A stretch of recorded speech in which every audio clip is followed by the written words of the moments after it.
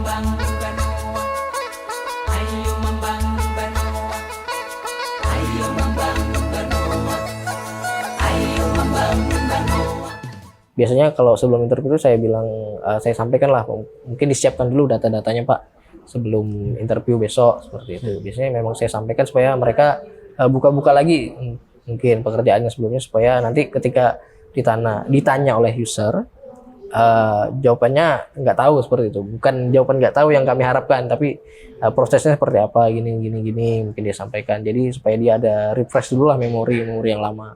Halo Sobat CBI, kali ini kita kedatangan tamu yang sangat spesial, dan kali ini kita akan membahas suatu topik yang tentunya topik ini sangat relevan buat para pelamar. Ya nggak Mas? Oke Mas Zufar, kali ini kita akan membahas topik apa nih Mas Zufar? Kali ini kita akan membahas topik mengenai underqualified dan overqualified. Wah, kenapa nih Mas dengan under dan overqualified tersebut? Pasti tentunya banyak pertanyaan sih Mas buat para penonton ini. Oke. Untuk lebih jelasnya nanti kita akan dijelaskan oleh narasumber kita yang paling wah tentunya ya Mas ya. Iya, pasti Mas. Oke, sebelumnya perkenalkan dulu, nama saya Zufar dan ada teman saya ini. Dan saya Fauzi. Nah, kali ini kita akan membahas mengenai underqualified dan overqualified bersama Mas siapa Mas? Mirza Aprianto. Mas Mirza Aprianto. Terima kasih Mas Mirza. Jupar, Mas Fauji. Ya. Baik, sebelumnya saya perkenalkan, nama saya Mirza Aprianto. Sobat-sobat CBI semua, biasanya saya di belakang layar di CBI Podcast. Kali ini saya akan tampil di depan sebagai narasumber. Jadi saya di sini selaku staf rekrutmen di corporate CBI. Begitu Mas Jupar, Mas Oke, Fauji. ini yang ditunggu-tunggu ya Mas Zufar. Akhirnya yang di balik layar itu tampil di depan ya Mas. Akhirnya sekian Giliran lama ya Mas ya. Siap. Sudah berapa lama ini Mas nggak tampil di depan layar ini? Aduh, nggak kehitung berapa lama podcastnya ini. Jadi baru kali ini saya tampil sebagai narasumber. Terlalu lama di gua ya Mas Ya, mungkin. betul. Wah, ini pasti isi-isi materinya mantep-mantep ini Mas nanti yang keluar. Pasti ilmunya itu bukan ilmu yang kaleng-kaleng Iya, ya Mas. benar Mas. Amin. Ilmu yang benar-benar inti lah. Semoga Siap. kita bisa mendapatkan itu semuanya. Siap. Baik, mungkin saya akan bertanya sih Mas mengenai yang pertama itu terkait apa itu underqualified. Underqualified. Iya. Ya, oke, baik.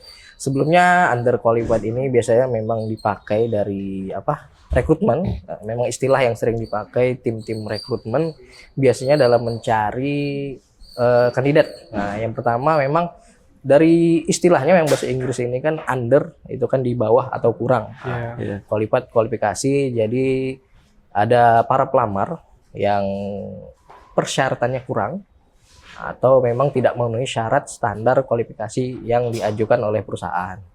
Nah, jadi teman-teman atau kandidat-kandidat yang underqualified ini biasanya memang sulit untuk mendapatkan pekerjaan ataupun lolos dari tahap screening awal CP.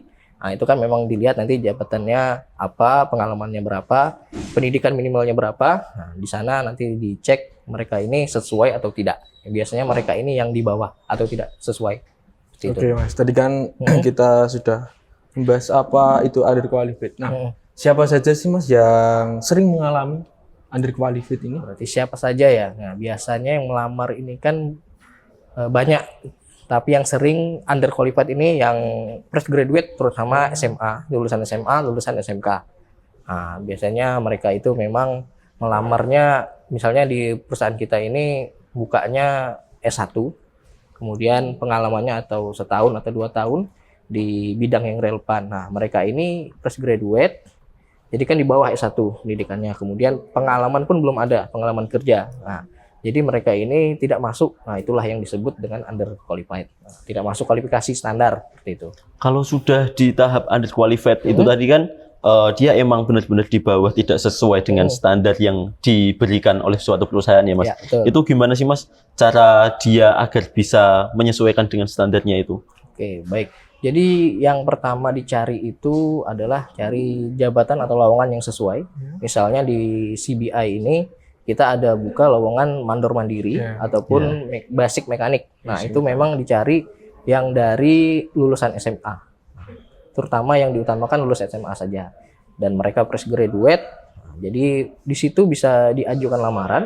Memang pelamar kita cukup banyak dari seluruh Indonesia. Jadi memang waktu tunggu untuk screening itu cukup lama, bisa sampai 1 bulan lebih seperti itu. Jadi beberapa kali kandidat yang melamar itu kami hubungi, mereka sudah lupa seperti itu ya. Jadi itu terkendala juga. Harusnya sebagai lulusan baru, mereka catat mereka lamar di mana. Iya. Nah, lulusannya apa, jabatannya apa, harusnya dicatat itu supaya tidak lupa nanti ketika dihubungi. Misalnya kalau kami menghubungi biasanya kan perkenalkan kami dari rekrutmen CBI. Nah, itu kan sudah memperkenalkan dari mana. Harusnya mereka sudah ingat, oh saya mendaftar apa, seperti itu. Basic mekanika atau mandor mandiri kah, seperti itu. Gitu, Mas. Nah, ini sih Mas, biasanya kan teman-teman nih yang fresh graduate terutama Ya.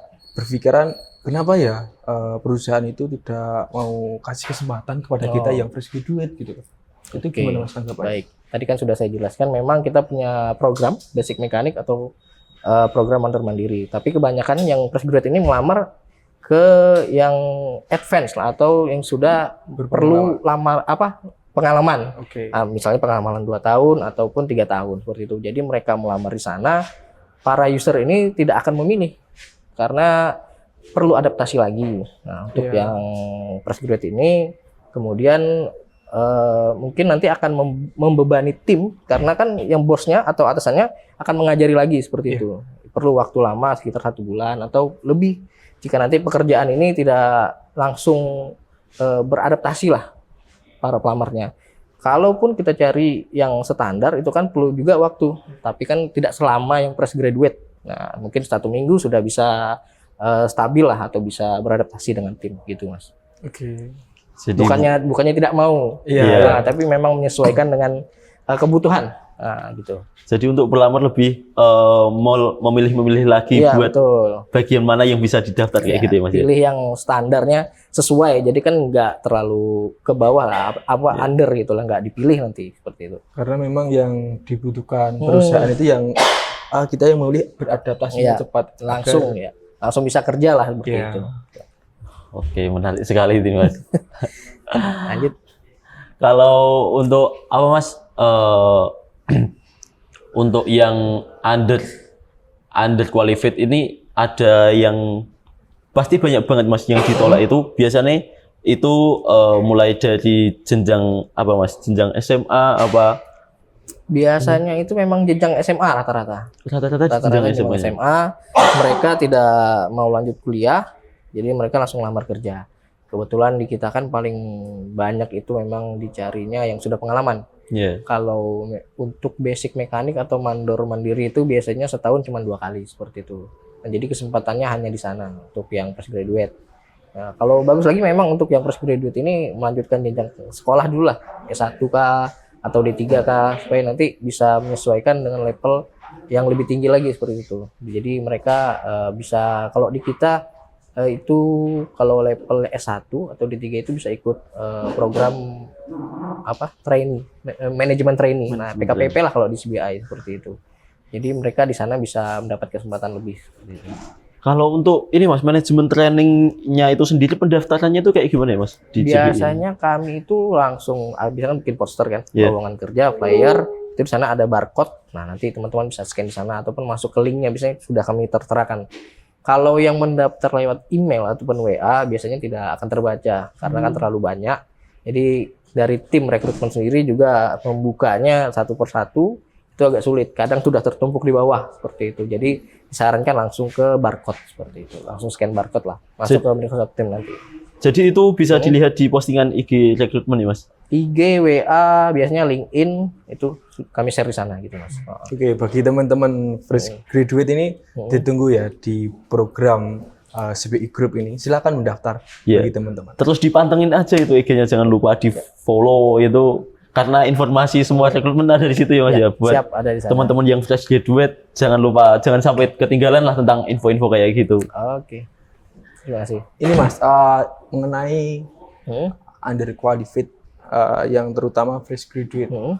Nah, itu dari Mas Mirza sendiri yang paling sering diketemui itu kandidat fresh graduate itu apply ke pekerjaan apa Mas yang mungkin ini standarnya terlalu jauh, ini terlalu underqualified gitu. Biasanya kalau saya kan pegang operasional kebun ya. Mereka itu daftarnya sih biasanya di namanya itu asisten bibitan. Nah, karena hanya menghandle bibitan, mereka pikir fresh graduate bisa masuk. Iya. Nah, jadi di sana mereka sering ngelamar itu yang fresh graduate, semua banyak ngelamar sana. Ataupun LC, line clearing. Oh iya. Nah, itu banyak di sana ngelamar yang fresh graduate. Padahal pekerjaan LC ini sangat berat, Iya. harus membutuhkan yang pengalaman. Jadi di sana memang banyak tertolak, terutama di LC ataupun bibitan. Nah, jadi kalau LC-nya sendiri memang sulit karena kita kan kebunnya pengembangan atau Iya. bukaan baru. Nah, jadi tidak mungkin diberikan ke fresh graduate karena belum tahu apa-apa, belum ada pengalaman.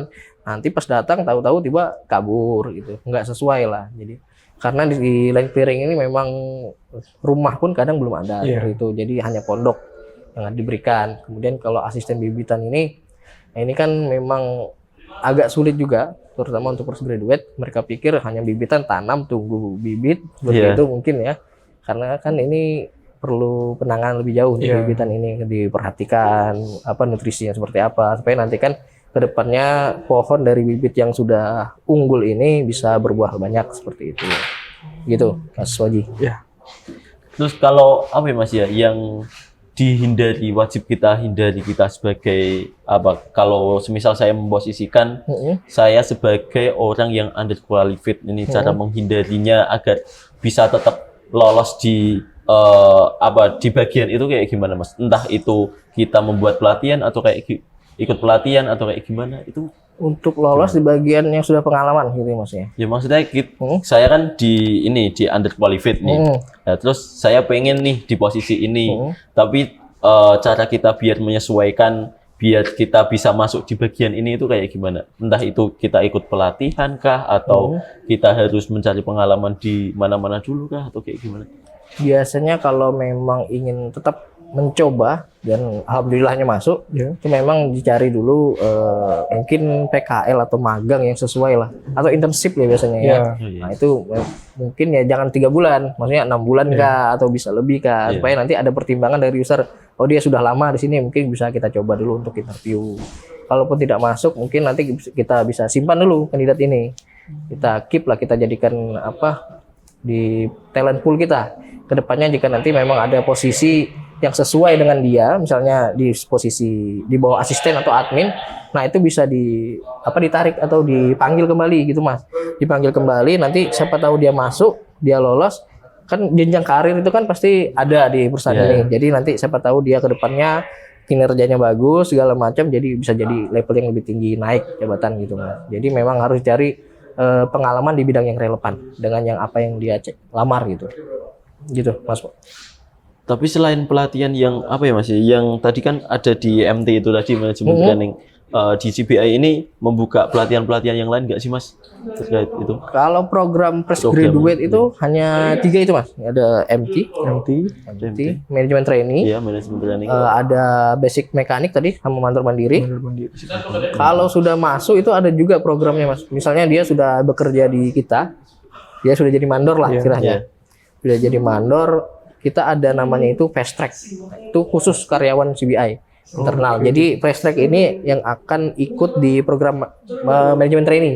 Nah, jadi ada percepatan di situ lah.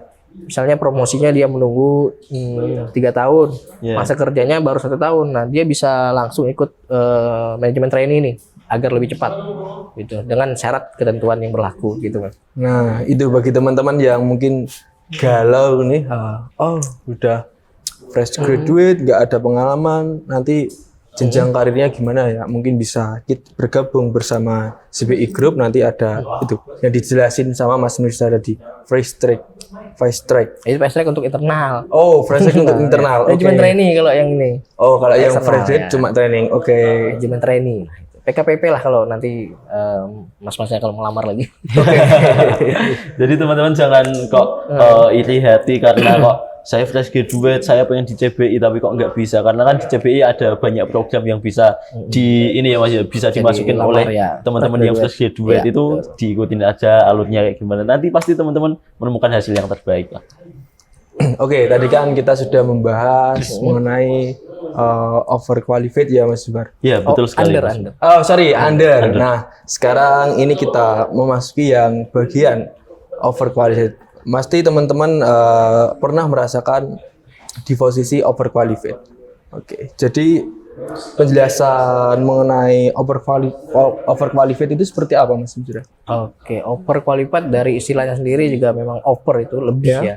Qualified kualifikasi. Jadi kandidat ini dia melebihi kualifikasi dari apa yang kita tawarkan. Standar kita lah. Misalnya kita cari S1. Nah, dia melamar menggunakan ijazah S2. Saya lulusan S2 seperti itu. Pengalamannya mungkin kita cari yang 2 tahun, dia sudah 5 tahun ataupun sudah 10 tahun gitu kan. Jadi sudah lebih ya di atas yang kita Iya. standarisasi seperti itu, Mas. Untuk itu.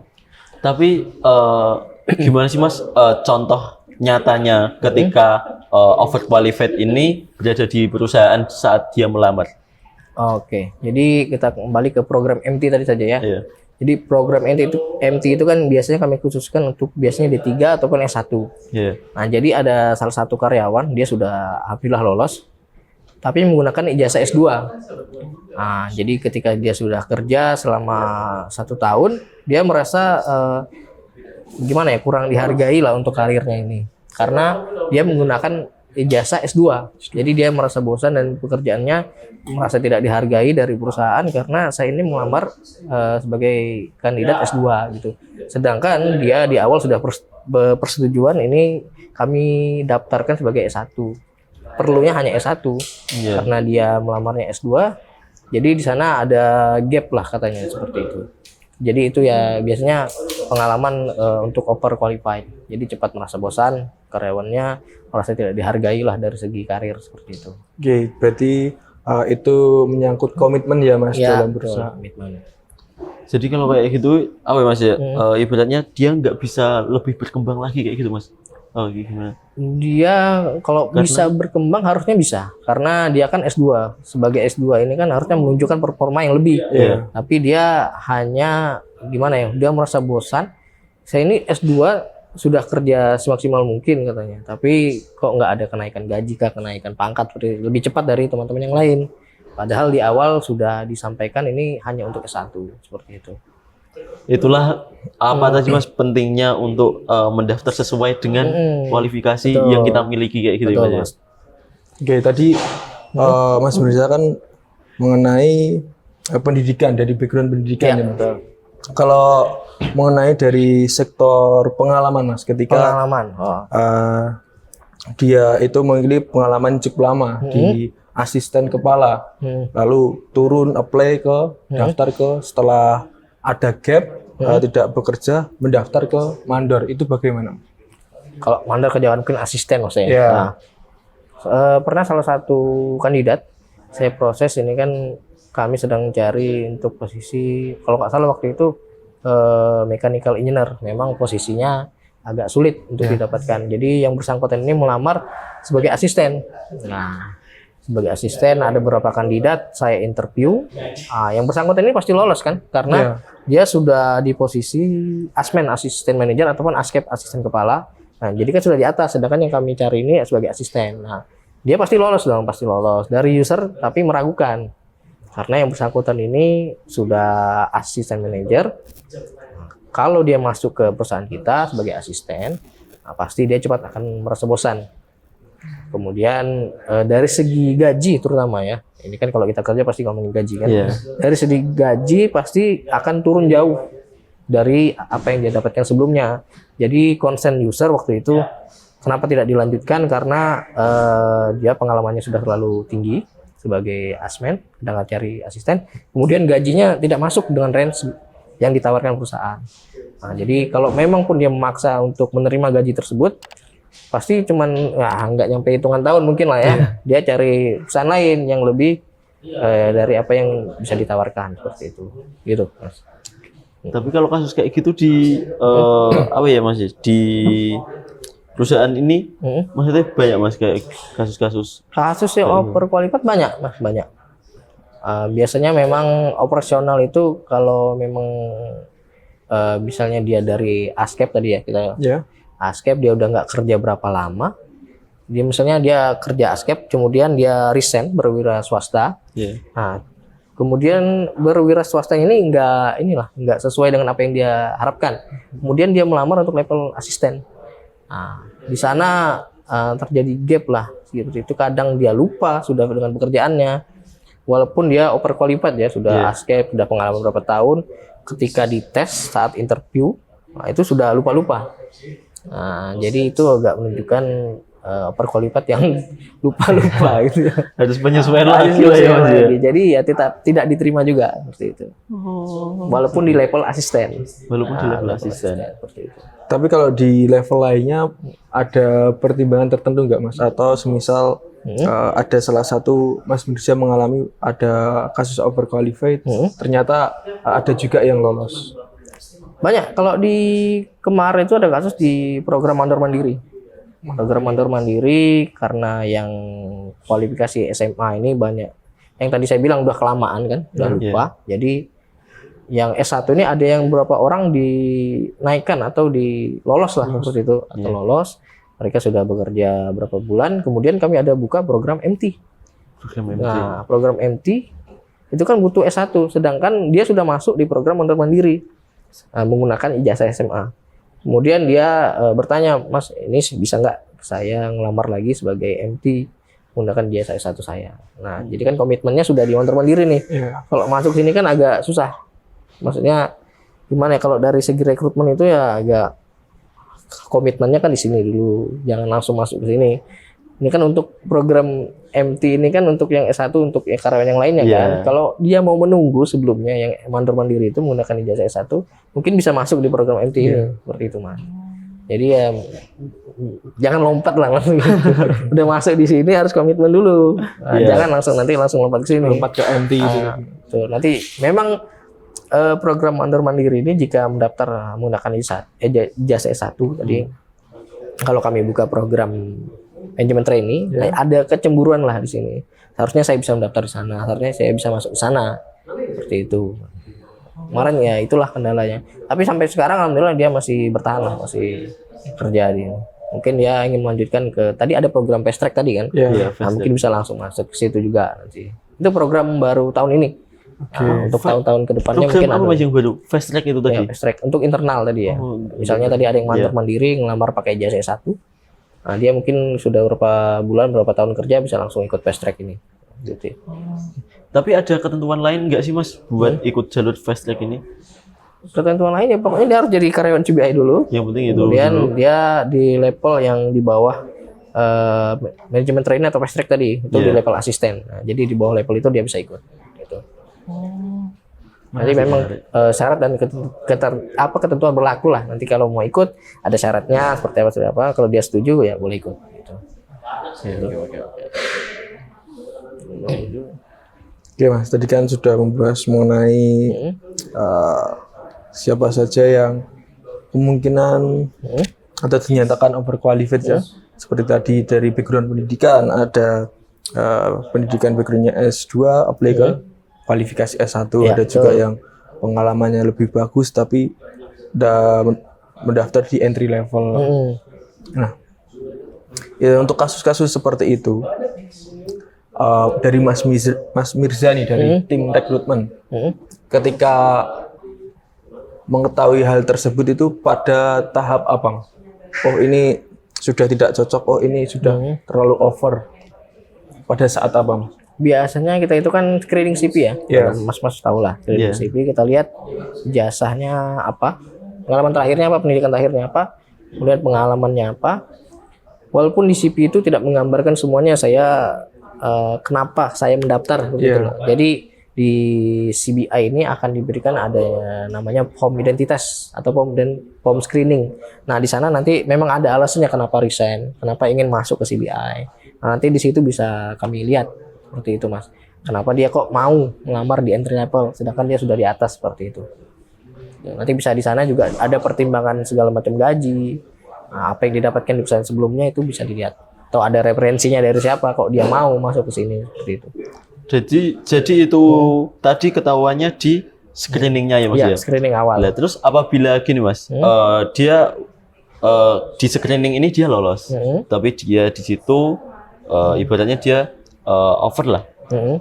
Habis itu waktu mau interview, mau masuk ke interview, apa sih Mas yang harus dilakukan biar untuk meyakinkan nih bahwa aku ini bisa gitu loh di itu.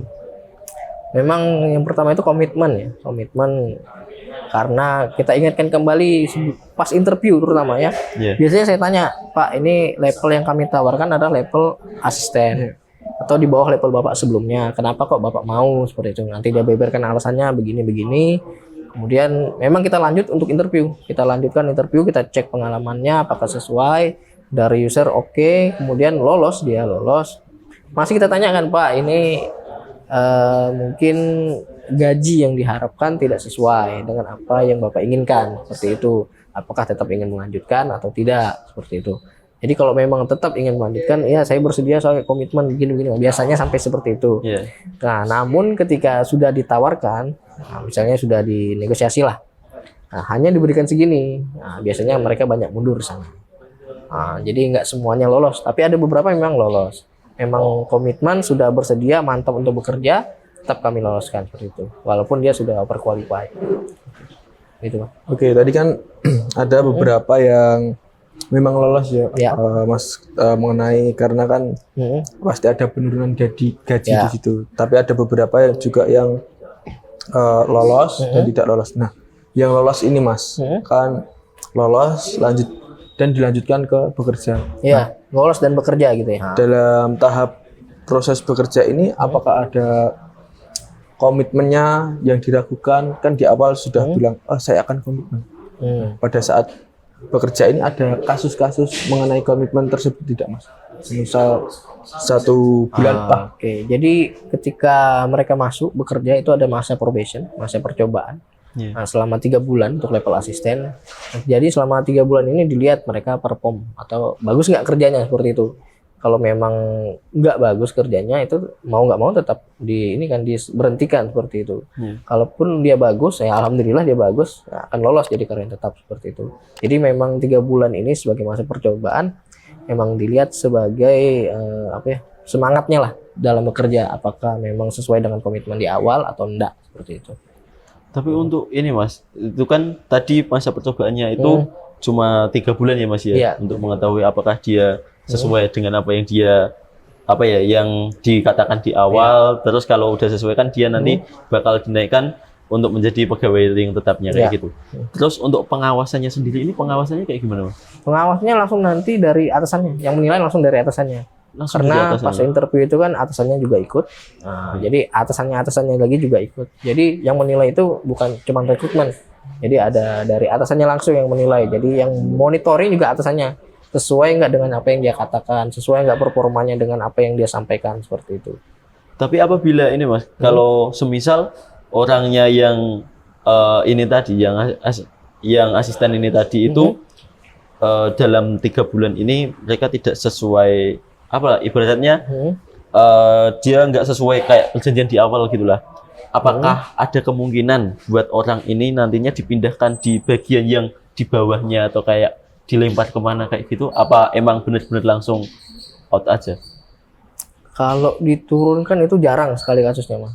Biasanya mereka kan udah oper nih, saya udah turun, masa turun lagi, nah gitu kan. Jadi kasus seperti itu memang jarang. Biasanya mereka memilih untuk resign daripada mereka diturunkan seperti itu.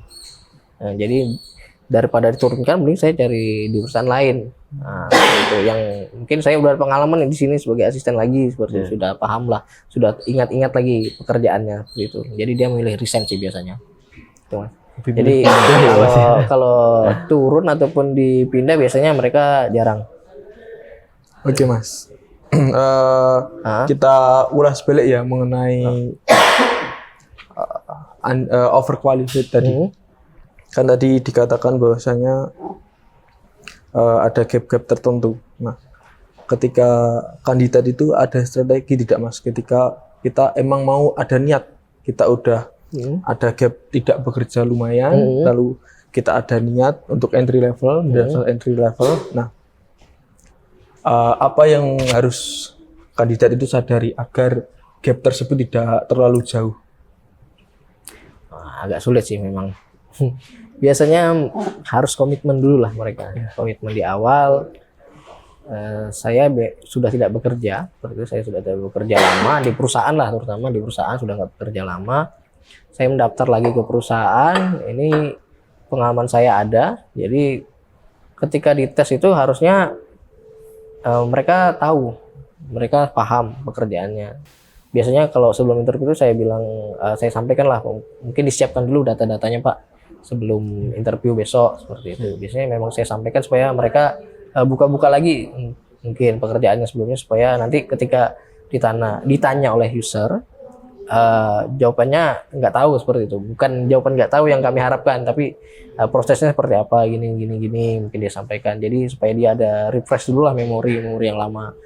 Biasanya kalau memang sudah terlalu lama, ya jawabannya nggak tahu seperti itu. Saya sudah lupa Pak, saya sudah lupa. Jadi kan dari user ingin meloloskan ini agak sulit. Nah, jadi malah jadi kayak fresh graduate lagi. Iya, fresh graduate lagi. Masa ini kamu udah, nanti kan malah dicecar dia. Kamu kan sudah level ini, kenapa lupa? Nah, begitulah ya. Memang harus komitmen di awal, belajar lagi lah saya bilang. Belajar lagi, dibuka-buka kembali memori lama gitu, pekerjaan-pekerjaan yang lama seperti itu Mas. Ya, biasanya sih itu yang sering saya hadapi ya sebagai interviewer, biasanya ya jawabannya itu sering lupa gitu.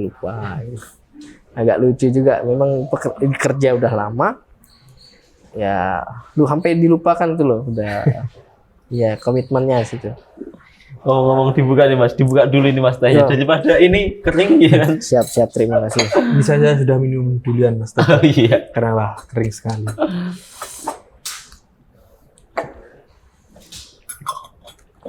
Oke. Alhamdulillah.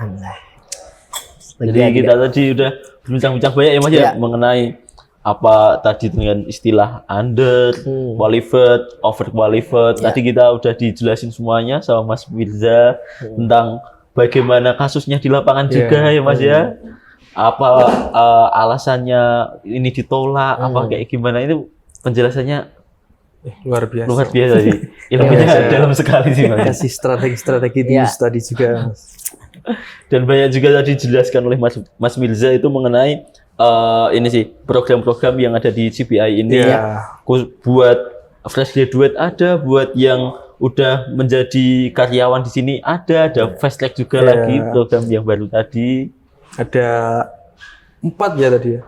Yang untuk fresh graduate itu ada program mandor dan juga Management training itu. Basic. Untuk level SMA ada mandor sama basic mekanik. Basic, dan untuk yang S1 itu ada manajemen training. Dan untuk internal itu ada fast track, ini yang baru. Iya, Yang baru. Program baru ya. Perlu dicoba baru di jalan tahun ini ya. Mas Mirza mau mencoba fast track ini? Enggak, saya sudah nggak mau. Begitu. Ya mungkin itu aja ya Mas ya yang di podcast ini bisa disampaikan. Baik, terima kasih Mas Zuper, Mas Fauji. Saya juga terima kasih banyak buat Mas Mirza buat ilmunya. Sama-sama Mas. Semoga ilmunya ini juga bisa bermanfaat bagi teman-teman penonton kita. Tapi buat teman-teman jangan lupa untuk subscribe and like and comment buat di channel kita. Karena di channel ini tentunya akan banyak sekali informasi-informasi mengenai rekrutmen tentunya ya Mas ya. Baik, mungkin sekian.